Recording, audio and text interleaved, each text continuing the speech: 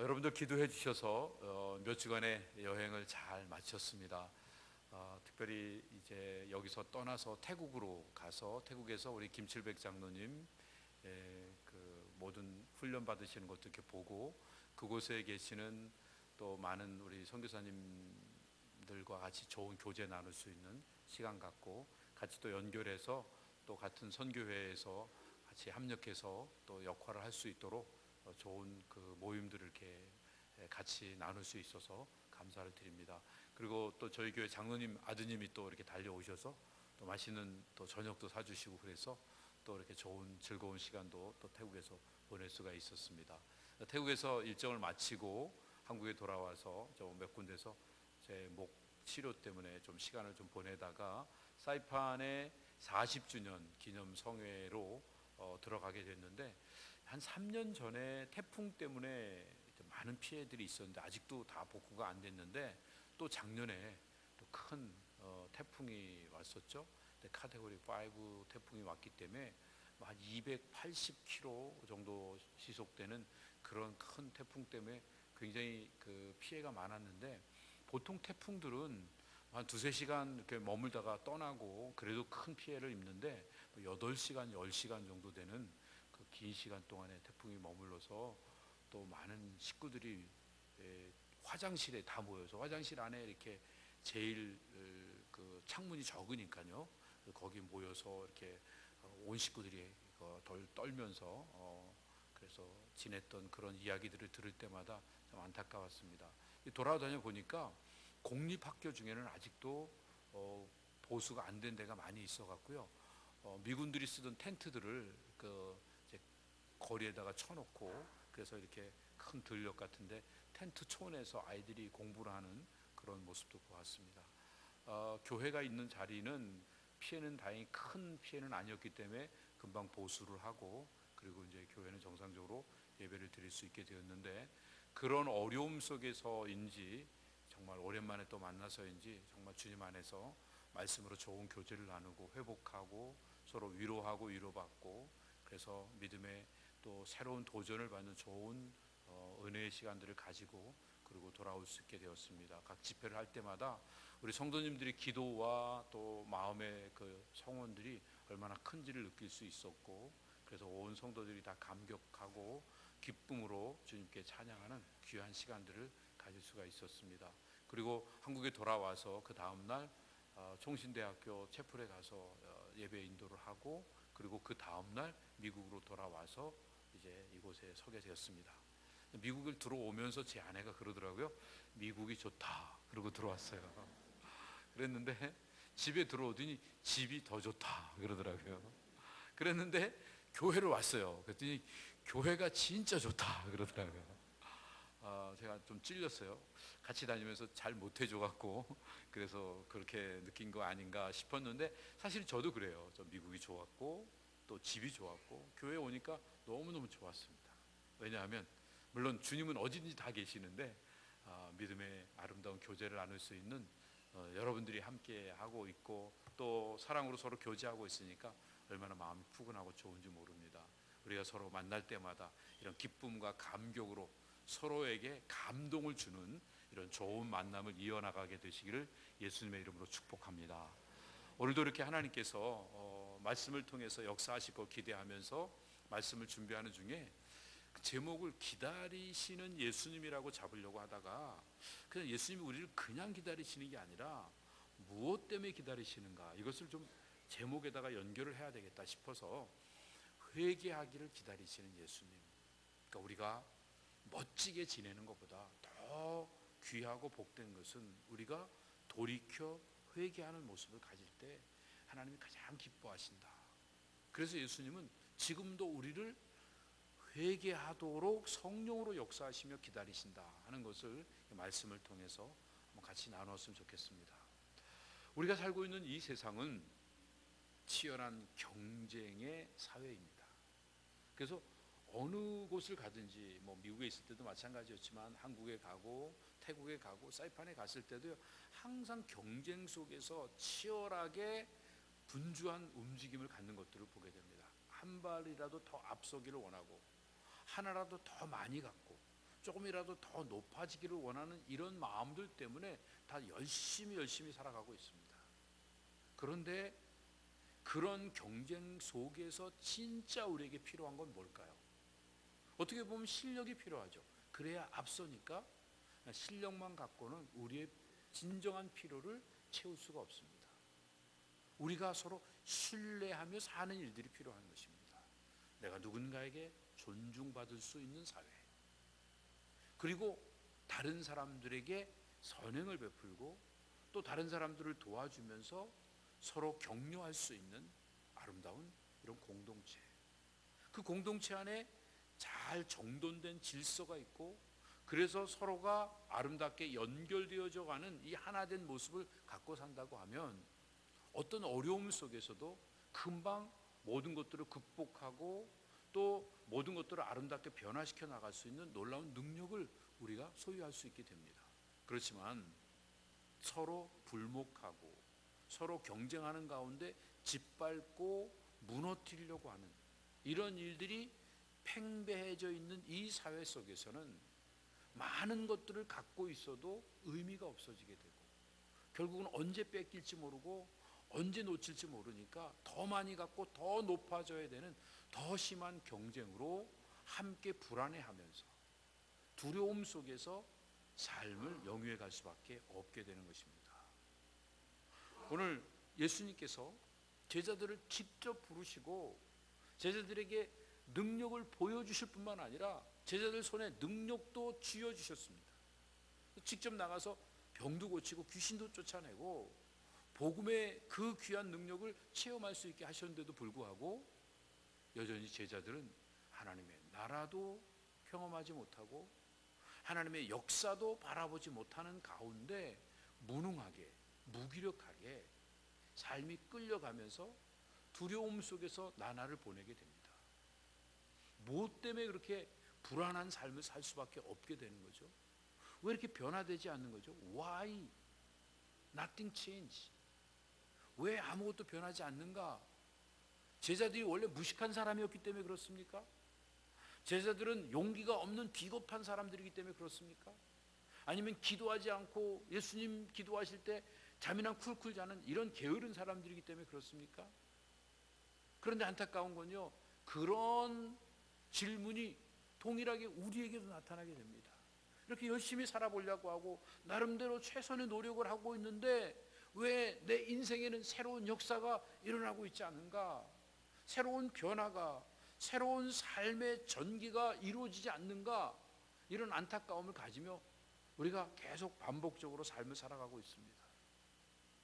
성경에 나와 있는 초대교회에서는요, 모여서 신앙생활을 할 때마다 기쁨이 있었고 그 속에 아름다운 성령의 열매 속에서 모두가 다 행복한 삶을 살았는데 왜 우리는 기쁠 것 같은데 행복할 것 같은데 막상 행복을 위해서 조금 더 한 발 내디디고 교회 안으로 공동체 안으로 들어오면 상처받기 시작하고 마음이 강팍해지고 닫혀지기 시작하는 이런 삶을 맴돌며 살아갈 수밖에 없게 되는가? 그 이유는 한 가지입니다.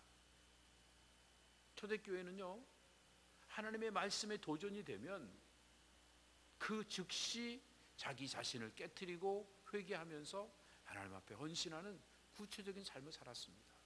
근데 오늘날 교회는요, 말씀에 도전이 되면 일단 눈치를 보고 분위기 맞춰서 함께 해 나가기 위해서 조금씩 포스폰을 합니다.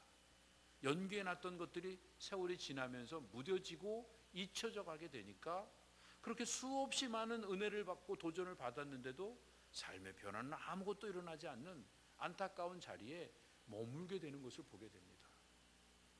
오늘 우리의 삶의 문제는요, 작은 것들을 들여가지 않는 겁니다. 하나님 앞에서 작은 변화를 시도하지 않는 겁니다.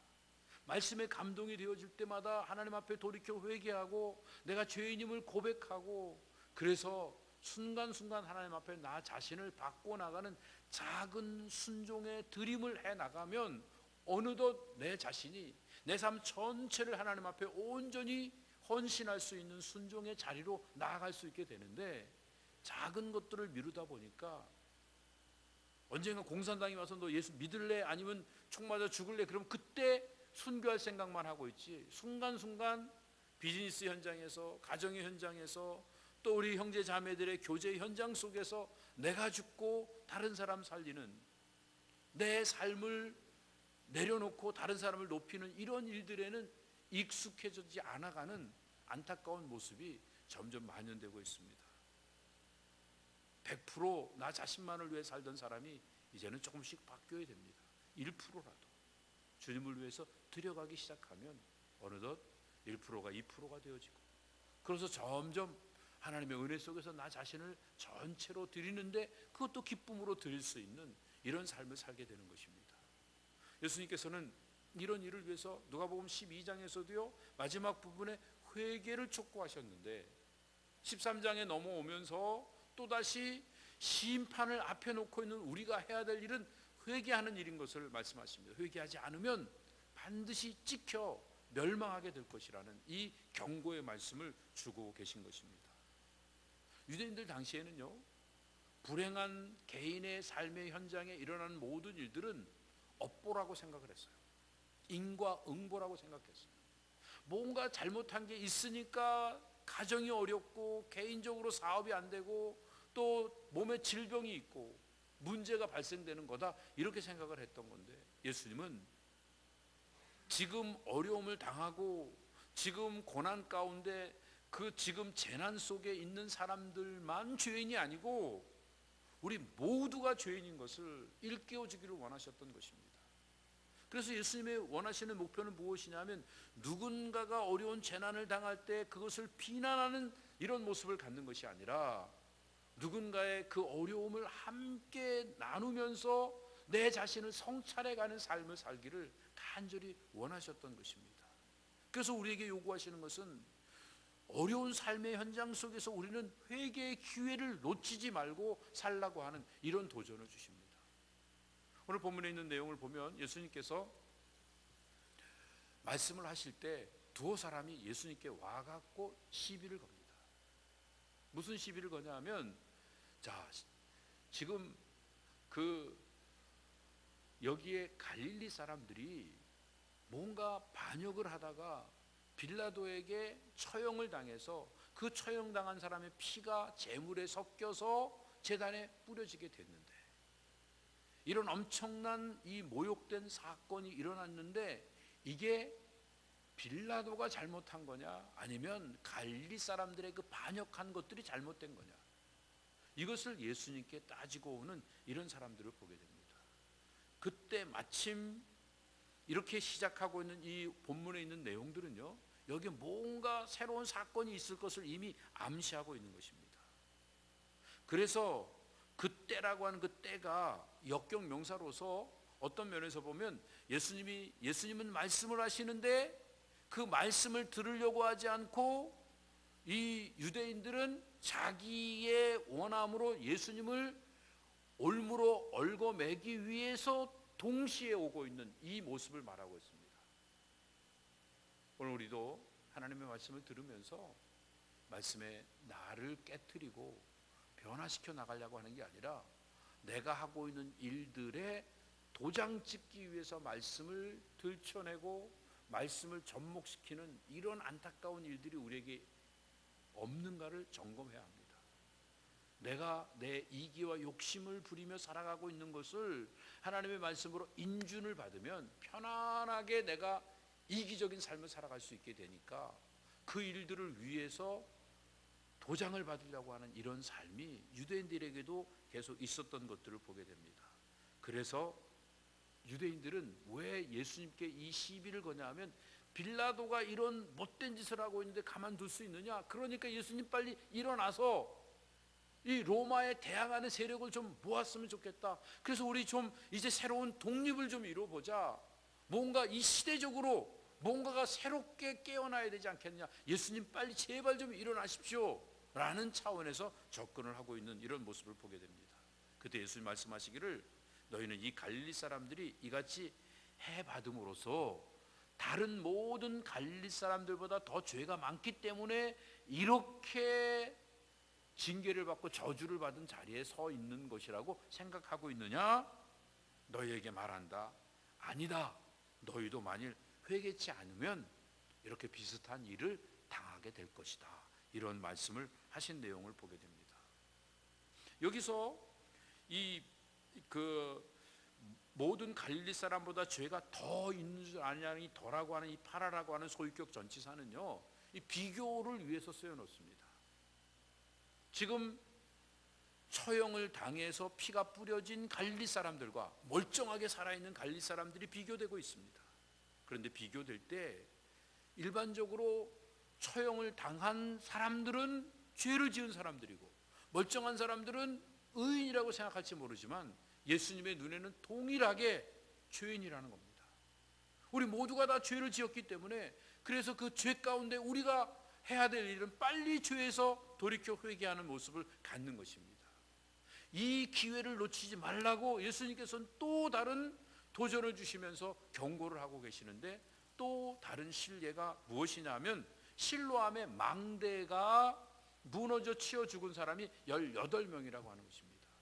실로암 지역에 더 견고한 그 성을 지키기 위해서 망대를 세워놓습니다. 적군이 쳐들어오면 망대에서 보면서 빨리 그 적군을 대비하고 피신을 하면 안전하지 않습니까? 그래서 그 망대를 높이 잘 짓고 있는데 망대가 짓다가 무너졌습니다.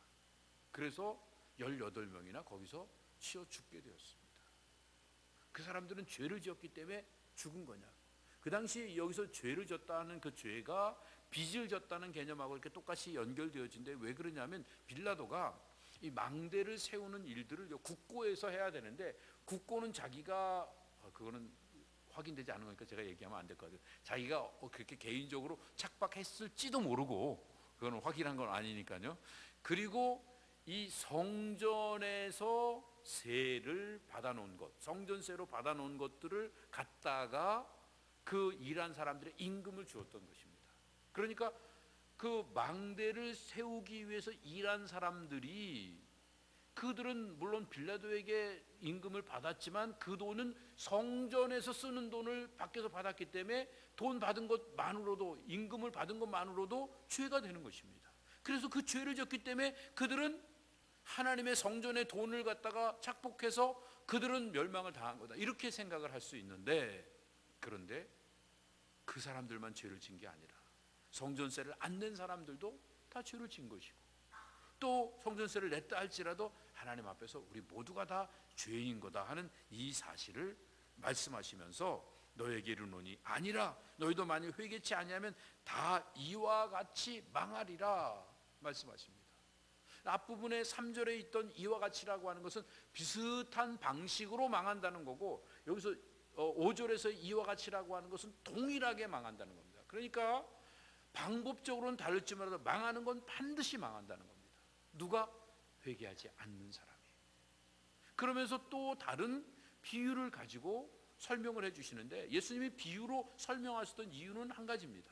비유는요, 잘 모르는 일을 이야기할 때 잘 아는 일들을 들어서 설명을 하는 겁니다. 하나님의 나라의 일은 우리가 잘 몰라요. 그렇지만 땅의 일은 우리가 알아요. 그러니까 천국을 설명할 때 이 세상 속에 우리가 일상으로 하는 일들을 통해서 설명을 합니다. 가루, 서말 속에 누룩이 들어가면 퍼지잖아요. 그런 것처럼 천국도 복음이 들어가면 확장되어진다. 예수님이 이렇게 설명을 하시는 겁니다.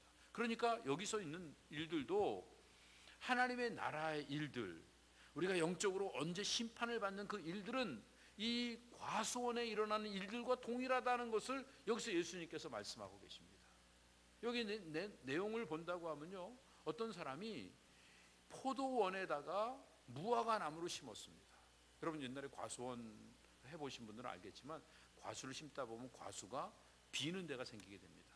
그런데 이제 벌써 나무가 컸는데 중간에 나무가 죽었다고 거기다가 또 나무를 심을 수가 없으니까 다른 것들을 거기다가 이렇게 심을 수 있게 되죠. 우리나라 같은 경우는 거기다 이제 옥수수 심어놓고 그 곁에다가 이렇게 좀 여유 있는 자리에다가 다른 것들, 다른 농작물도 심고 그러는데, 아마 그 팔레스타인 지역에서는요, 포도원의 빈 곳들을 이렇게 무화과를 심는 일들을 했던 것 같습니다. 흔한 일은 아닌데 무화과를 이렇게 심어놨습니다. 그러니까 심은 무화과가 열매를 맺혔는지를 확인하기 위해서 주인이 점검을 하겠죠. 그런데 한 번이 아니고 두 번이 아니고 세 번씩이나 점검을 했는데도 열매가 없는 겁니다. 그러니까 너무 주인이 화가 나니까 야, 저 잘라버리자. 그건 괜히 땅만 차지하고 그러니까 저 없애버리자 얘기했는데 과온지기가 그러지 말고 한 해만 더 기회를 주십시오. 그러면 내가 두루 파고 거기다가 거름도 주고 잘 가꾸어서 열매를 맺게 하는데, 만약에 열매를 맺으면 그냥 두지만 안 맺으면 그때 찍어도 늦지 않지 않겠습니까? 그리고 주인에게 간청하는 이런 예화를 주셨습니다. 이게 마치 예수님이 이 세상에 사람들이 점점 타락해지는 겁니다. 여기서 3년 만이라고 하는 그 내용은 무화과 나무가 3년 됐다는 얘기는 아닐 거예요. 무화과 나무가 이제 첫 해에도 물론 열매를 맺지만 한 해, 두 해 지나면서 열매를 제대로 맺을 때 기다렸던 세월이 3년인 겁니다. 그러니까 예수님께서 이 세상에 사신 거는 여러 해 사셨지만 공생애를 하시면서 복음을 선포하신 것은 3년인 거예요. 첫 번째 유월절을 오시고, 두 번째 유월절 오시고, 세 번째 유월절에 예루살렘에 오셨는데 보았는데도 여전히 열매가 없는 모습 때문에 안타까운 거예요. 그런데 이때 여기서 심판을 바로 해야 되는데 예수님께서는 하나님 앞에 이 심판하는 모든 권한을 다 하나님께 위임을 하면서, 그러면서 한 해만 더 연장을 해달라고 하고 성령을 선물로 보내주셨습니다. 예수님이 떠나시면서 성령을 주셔서 성령으로 말미암아 우리가 돌이켜 회개하는 이런 영을 가지고 주님 안에서 새로운 삶을 살아가도록 이렇게 역사하시는 이런 은혜를 우리가 입으면서 살아가고 있습니다. 오늘 본문에 있는 내용을 보면요, 유대인들은 틈을 타서 예수님을 쓰러뜨리려고 공격을 하려고 노력을 하고 있습니다. 그런데 예수님을 바라보면서 이 갈릴리 사람들이 피를 흘린 것이 제물에 섞여서 제단에 뿌려졌던 이 사건으로 인해서 모든 사람들의 분노를 살만하고, 그래서 이곳으로 예수님을 이제 얽어매서 예수님을 넘어뜨리거나 예수님을 이용할 수 있는 좋은 찬스를 얻었다고 쾌재를 부르면서 예수님에게 다가오고 있는 그 유대인들에게 예수님께서는 아주 지혜로운 방법으로 답변을 주십니다. 그 지혜로운 방법이 무엇이냐면 바로 복음이었던 것입니다.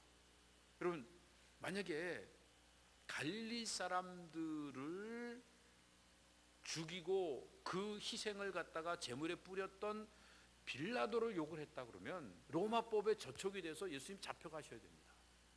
그런데 만약에 갈릴리 사람들이 잘못했다고 이야기를 한다고 하면 바리새인과 서기관의 누룩을 조심하라고 화 있을진저 6가지 여러 가지 말씀들을 주셨던 그 예수님의 교훈이 이게 혼동이 되게 되는 겁니다.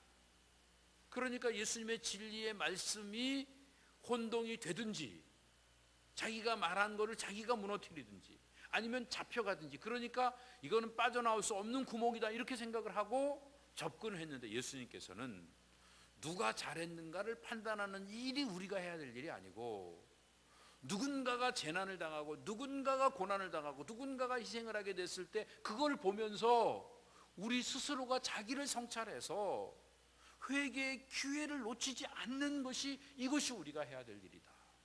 그러니까 빌라도가 잘했는지 아니면 갈릴리 사람들이 잘했는지 이건 중요한 게 아니라 제3자 입장에 서 있는 우리도 동일하게 죄인이다.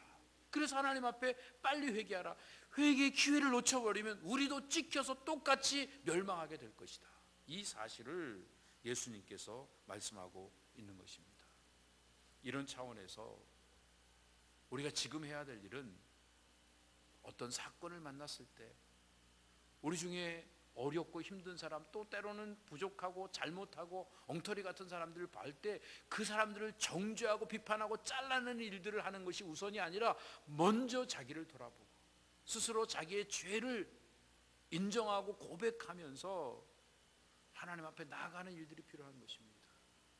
회개의 근원은 하나님의 은혜입니다. 은혜 받은 사람만 자기의 부족과 허물을 알 수 있습니다. 성령의 역사하심을 받아들이는 사람만 자기의 죄를 고백할 수 있는 것입니다. 그래서 성령이 우리 가운데 단식하시며 우리의 심령을 흔들어 놓으실 때, 안타까움을 우리에게 주실 때 그 안타까움을 붙잡고 그 안타까움을 가리기 위해서 주변에 잘못한 사람들을 정죄하고 비판하는 일들의 목소리를 키우는 이런 가식적인 삶을 더 이상 살아가지 말라고 우리에게 경고하시면서 이 말씀을 주십니다. 열매 맺지 못하는 이 쓸모없는 나무는 찍혀야 됩니다. 당연한 원리 아닙니까? 그런데 과수원지기는 한 해만 더, 그리고 자기의 모든 것을 거기에 쏟아붓습니다. 파고 거름주고 가꾸는 일들을 하겠다고 이렇게 말씀하십니다. 이게 예수님의 사랑입니다. 이게 복음입니다. 이게 교회가 해야 될 일입니다. 오늘날 우리 성도들이 해야 될 일인 것입니다. 때로는 우리가 열심히 최선을 다해 살아도 결과가 나쁠 수 있습니다. 그렇기 때문에 우리는 주님의 마음을 가지고 모든 사람을 대하고 모든 사건들을 대할 수 있어야 됩니다. 당장에 일어난 그 일들만으로 누가 지금 어려움을 당하고 있으니까 뭔가 잘못했을 거다, 누가 지금 불행한 자리에 재난을 만나고 있으니까 그 일들은 뭔가 죄의 업보다, 이렇게 생각할 것이 아니라 누가 어떤 상황 속에 있을 때 마음을 같이 채울하면서 먼저 내 자신을 돌아보는 이런 모습을 갖는 것, 이것이 필요합니다. 나무가 찍혀서 끊어지면 끝나는 겁니다. 그런데 사탄은 이렇게 역사합니다. 누가 잘못했을 때, 누가 부족할 때, 누가 어리석을 때 끊어버리자. 그러나 주님은 한 해만 더. 주님이 심판 주십니다. 그러니까 심판하시는 일들을 지금 당장에 하시면 되는데 하나님께 맡기고, 그리고 성령을 보내시며 한 해만 더 연장하시는 이유가 무엇일까요? 나를 기다리시고 우리 형제 자매를 기다리시고 죽어가는 영혼들을 기다리시고 계시기 때문에 그렇습니다. 찍어버린다는 건 최후 통첩입니다. 아무리 실패했어도요, 다시 회개할 수 있다고 하는 것은 행복한 사람입니다. 아무리 어려운 환경 속에 있어도 주님께 돌이켜 죄인입니다 고백할 수 있는 사람은 정말 새로운 삶을 살아갈 수 있는 의인이 되는 것입니다. 그런데 하나님의 은혜를 알지 못하고 자비를 모르는 사람은 자기 기회도 박탈할 뿐만 아니라 다른 사람에게 베풀어질 기회조차도 잘라버리는 이런 어리석음을 반복하고 있는 것입니다. 이제 이런 습성을 빨리 끊어버려야 됩니다. 이게 세상에 못된 마약하고, 또 어떤 면에서 보면 무슨 도벽하고 하는 이런 거, 아니면 또 더 나가서 무슨 어떤 다른 나쁜 그 습관, 무슨 중독돼 있는 이런 것보다도 더 나쁜 겁니다. 무슨 일이 있을 때마다 정죄하고 비판하고 자기는 아닌 것처럼 빠져나가는 이런 비열함에서부터 빨리 회개할 수 있는 자리에 서도록 우리의 습관과 우리의 성향을 빨리 바꿔 나갈 수 있어야 합니다. 우리가 뭐 때문에 예수 믿고 어떻게 우리가 살고 있는지 좀 돌아봐야 됩니다.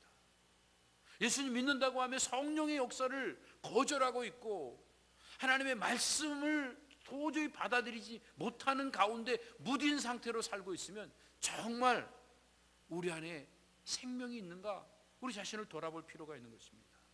이런 사람들을 보면요, 겉으로는 포장이 잘 됐는데 무슨 사건만 일어나면 항상 누가 높은가, 누가 잘났는가 경쟁하고, 그래서 다른 사람을 끌어내리고 내가 위에 올라가야만 직성이 풀려서 편안한 삶을 살아갑니다. 포장은 예수 믿는 거로 되어 있는데, 그런데 속은 여전히 세상적 가치로 꽉 차 있는 이 안타까운 모습을 빨리 떨쳐 버려야 되는 것입니다. 성령이 임하시면 우리 안에서 하나씩 부서지면서 세상적 가치가 부끄러워지기 시작합니다. 근데 이게 한꺼번에 이루어지지 않습니다. 단계별로 이루어집니다. 하나님을 만나기 위해서 지성소에 들어갈 때는요, 과정을 거쳐야 됩니다. 이 성막 안에 들어갈 때 문이 하나잖아요. 그 문으로 들어갑니다. 그 문에 들어가서 번제단이 있습니다. 번제단에 자기를 태워야 됩니다. 그리고는 물두멍에서 손을 씻습니다. 말씀으로 자기를 씻는 일들을 날마다 합니다. 그리고 떡상이 있습니다. 그 떡상에 있는 그 떡이 12줄 있는 것들을 통해 서로 교제하고 서로 기쁨으로 감사하는 이런 모습들을 갖습니다. 말씀 안에서 교제하는 일들을 하게 됩니다. 금초대가 있습니다. 거기에 불켜입니다. 그 환한 불빛으로 모든 일들을 움직일 수가 있습니다. 예수님의 사랑의 빛 가운데서 우리가 교제하면서 서로를 섬기는 일들을 이렇게 해나가는 이런 삶을 사는 것입니다. 향단에 불이 펴 있고 그 향이 계속 뿌려지고 있습니다. 이 기도의 향기입니다. 기도가 계속 올려지게 될 때 향이 가득 채워지면 그때야 이 휘장을 열고 지성소 안으로 들어갑니다. 우리 기도가 차면 그때야 주님을 만날 수 있게 돼요. 주님을 만나도 감동이 있고 그 안에 변화의 역사가 일어날 수 있게 되는 것입니다. 그래서 이 지성소 안에 있는 이 법궤 위에 하나님의 영광을 바라볼 수 있게 됩니다. 그 하나님의 영광을 바라본 사람은 세상에 아무리 좋은 것들을 가지고 유혹해도 거기에 넘어가지 않습니다. 왜? 그 찬란한 영광으로 인하여 내 삶이 기쁨과 즐거움으로 가득 차 있기 때문에. 그런데 그 영광을 보지 못한 사람은 작은 유혹에도 쉽게 무너질 수밖에 없게 되는 것입니다. 진정한 회개가 어디서 나옵니까? 하나님의 영광을 바라보고 자신의 과거의 부끄러운 모습들을 돌이키는 자들은 주님 앞에서 돌이켜 회개하고 그리고 다른 사람들을 긍휼히 여기면서 욕심 없이 자기 자신을 기쁨으로 희생하는 십자가의 길을 걸어갈 수 있게 되는 것입니다. 이 성막 안에 들어가는 유일한 방법은 문으로 들어가는 겁니다. 문으로 오지 않는 자들은 다 절도고 강도라고 말씀하십니다. 예수님을 통하지 않는 방법은 아무 의미가 없습니다. 이 말은요, 날마다 주님의 십자가 앞에 자기를 부복시키고 자기 죄를 회개하면서 예수 그리스도의 보혈로 적심을 받고 하나님의 은혜로 나아가는 삶을 사는 자만 천국을 경험할 수 있게 되지, 교리로 논리로 선행으로 무언가 다른 것들로 천국을 경험하려고 하는 사람들은 다 놓칠 수밖에 없게 되는 것입니다. 그것이 동편에 있습니다. 빛 되시는 주님이 우리에게 환한 빛을 비춰주실 때 우리의 삶은 달라지게 됩니다. 말씀이 우리에게 비치면 그 말씀대로 살지 못한 것 때문에 안타까움이 우리 안에 일어나야 됩니다. 여러분, 신앙생활하며 뭐 때문에 안타까우십니까? 인생을 살아가면서 왜 안타까움 가운데 살고 있습니까? 행여나 돈이 없어서 안타까웁니까? 건강 때문에 안타까워하십니까? 자식 때문에 안타까워하십니까? 예, 그것도 필요한 거겠죠. 그러나 진짜 안타까워해야 될 일은 우리가 하나님 앞에 예배드리는데 신령과 진정으로 예배드리는 것보다는 건성으로 예배드리고 다니는 이것 때문에 안타까워야 됩니다. 하나님의 말씀을 듣는데 말씀 속에 나를 변화시키는 게 아니라 나하고 맞는 말씀만 골라서 내 기호를 따라 움직이려고 하는 이런 어리석음 때문에 안타까워야 됩니다. 기도를 드리면서도 하나님의 뜻을 구하기보다는 내가 원함을 이루기 위하여서 매달리고 있는 이것 때문에 안타까우셔야 됩니다.